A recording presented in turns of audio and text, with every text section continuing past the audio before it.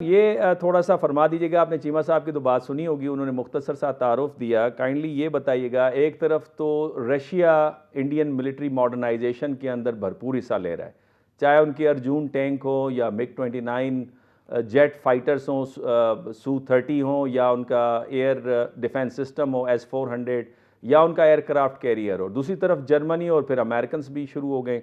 तो आप खित्ते के अंदर बैलेंस ऑफ पावर को किस तरह देखते हैं? चूंकि सारी दुनिया जो है वो बैलेंस ऑफ पावर की बात करती है। कहा यह जाता है कि अगर बैलेंस ऑफ पावर में तब्दीली आ जाए तो वहाँ पे क्राइसिस, और अगर क्राइसिस प्रॉपरली मैनेज ना हो तो हम वॉर की तरफ चले जाते हैं। जी, बहुत शुक्रिया। पहले तो मैं आपका शुक्रिया अदा करूँगा, आपने मुझे मदऊ किया। और दूसरी बात ये कि मोर्गेंथो साहब is also one of my favourite scholars, और जो उनका एक बिल्कुल क्लासिकल रियलिस्ट हैं और पावर के एक्सरसाइज़, एक्युमुलेशन और मेंटेनेंस को बड़ा अच्छा एक्सप्लेन करते हैं।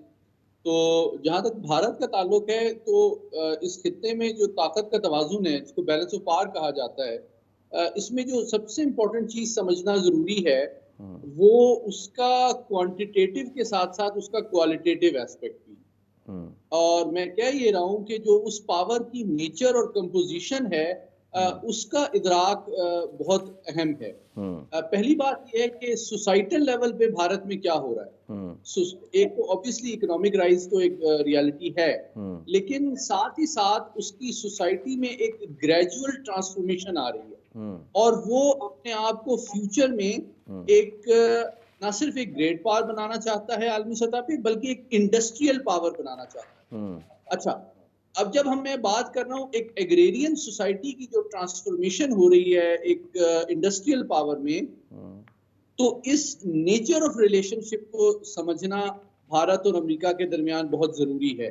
जब आप अमेरिका का रिसेंटली जो अक्टूबर में उन्होंने रिलीज की थी उनकी नेशनल डिफेंस स्ट्रेटजी, उसको आप पढ़ें तो आपको एक जुमले में उसकी जो समरी और जिस्ट है वो ये सामने आती है कि अमेरिका इस सदी को डिसाइसिव सदी समझता है ग्रेट पावर पॉलिटिक्स में स्टेटस को मेंटेन करने के लिए, नंबर 1। और नंबर 2, उसकी जो ग्लोबल स्ट्रेटजी है, उसका क्रिटिकल जो एस्पेक्ट है वो इंडस्ट्रियल प्रोसेस और इंडस्ट्रियल सप्लाई चेन को कंट्रोल करना है, नंबर 2। तो ये नेचर ऑफ पावर जो है ये डिफरेंट है, नेचर ऑफ कॉन्टेस्ट भी डिफरेंट है। तो इसके लिए वो क्या कर रहा है, वो चाइना को जो raw material, market access, regional connectivity, ये तमाम चीजें उसकी स्लो डाउन और डिनाई और डिसरप्ट करना चाहता है, ताकि चाइना का इकोनॉमिक राइज थोड़ा सा रिटार्ड हो जाए। अब आते हैं भारत की तरफ।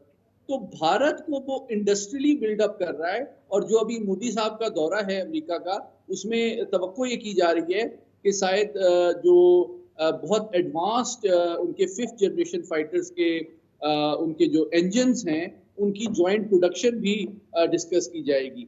इससे पहले अमेरिका भारत को जो न्यूक्लियर टेक्नोलॉजी के हवाले से भी एक बहुत अहम डील ऑफर कर चुका है।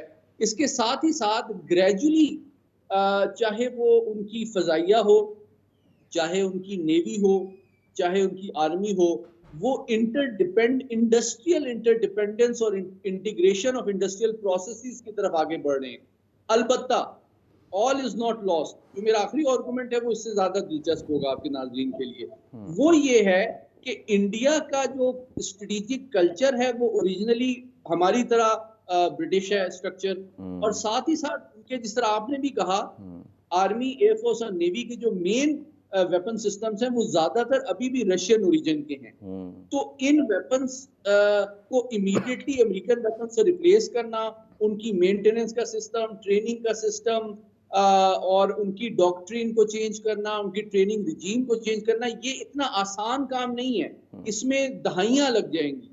तो अगर ये समझा, इसकी एक छोटी सी एग्जांपल देता चलूं, आपने फॉलो किया होगा, यूक्रेन वॉर के बारे में आजकल बहस चल रही है कि जी यूक्रेन को F-16 तैयारे दे देने चाहिए। तो जो लोग इस तरह की बात करते हैं, वो ये संजीदा गुफ्तगू इसलिए नहीं है कि खाली तैयारे देने से तो नहीं होता, वो तैयारे देने के बाद उसकी ट्रेनिंग, मेंटेनेंस, उसमें कई साल लग जाते हैं। ये तो नहीं है कि अमेरिकी जहाज आएंगे और अगले दिन वो रशिया के खिलाफ इस्तेमाल हो जाएंगे। तो ये एक बहुत लॉन्ग ड्रॉन प्रोसेस है, और आखिरी बात जो सबसे इंपॉर्टेंट है, इंडिया का कोर ऑब्जेक्टिव जो है वो अमेरिका से टेक्नोलॉजिकल एक्सेस से फायदा उठाना, लेकिन उनके ऊपर कंप्लीटली इन्हिसार करने से बाज रहना भी है। उनका कोर ऑब्जेक्टिव अपनी स्ट्रेटेजिक ऑटोनॉमी को प्रिजर्व करना है। जी और जी। ये बात हम अमेरिकियों को बावर कराते रहे हैं कि they should not over estimate Indian security commitment in the containment of China project.